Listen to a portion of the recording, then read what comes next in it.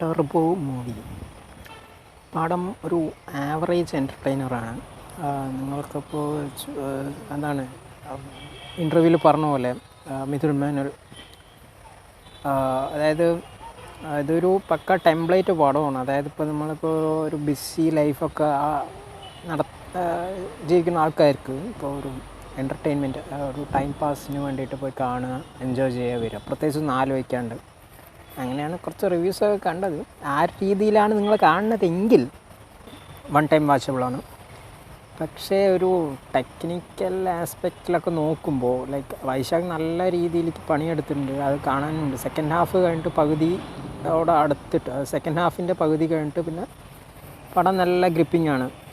കട്ടയ്ക്ക് എൻഗേജിങ് ആയിട്ട് തന്നെ ക്ലൈമാക്സ് കൊണ്ടെത്തിച്ചതും എല്ലാം ബാക്കി പരിപാടികളൊക്കെ സെറ്റ് ആയിട്ടുണ്ട്. പക്ഷേ സ്റ്റോറി വൈസ് നോക്കുമ്പോൾ നമ്മൾ ലക്ഷക്കണക്കിന് കണ്ട പടം കണ്ട അതേ ടെംപ്ലേറ്റ് യൂസ് ചെയ്തിട്ട് ഇതിലങ്ങോട്ട് കോപ്പി പേസ്റ്റ് അടിച്ച് വെച്ചിരിക്കുന്നു.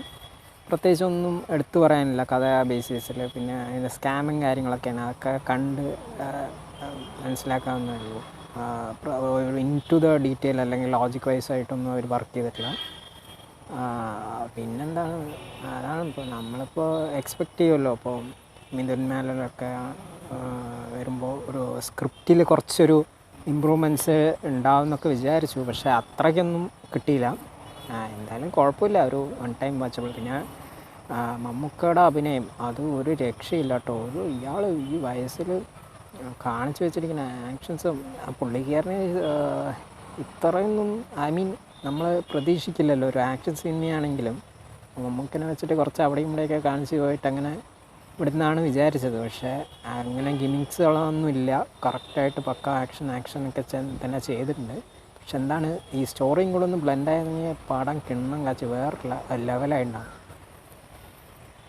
എന്നിരുന്നാലും പിന്നെ എടുത്തു പറയാനുള്ളത് ക്രിസ്റ്റോ സേവ്യറിൻ്റെ BGM ഒരു രക്ഷയില്ല. പടത്തിൽ ചില സീനൊക്കെ അങ്ങനെ തൂക്കിയോണ്ട് പോയി, പുള്ളിയോട് കൊണ്ടുപോയി ആ സീനൊക്കെ.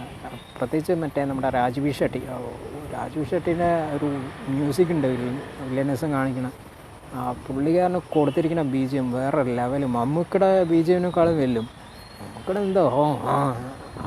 ഒന്ന് എനിക്ക് ഇടയ്ക്കിടയ്ക്ക് തോന്നി അത് ഒരു മിസ്മാച്ച് വരുന്നുണ്ട്. കാരണം നമ്മൾ എക്സ്പെക്റ്റ് ചെയ്യുന്നത് ഒരു ഏതാണോ വണ്ടി യൂസ് ചെയ്യുന്നത് അതിൻ്റെ ശബ്ദമായിട്ടാണ്. ഇത് വേറെ ഏതൊക്കെയോ വണ്ടികളൊക്കെ ഇടയിൽ കൂടെ വരുമ്പോൾ നമുക്ക് ആകെ ഒരുമാതിരി അരോചക ഫീലിംഗ് ആണ്.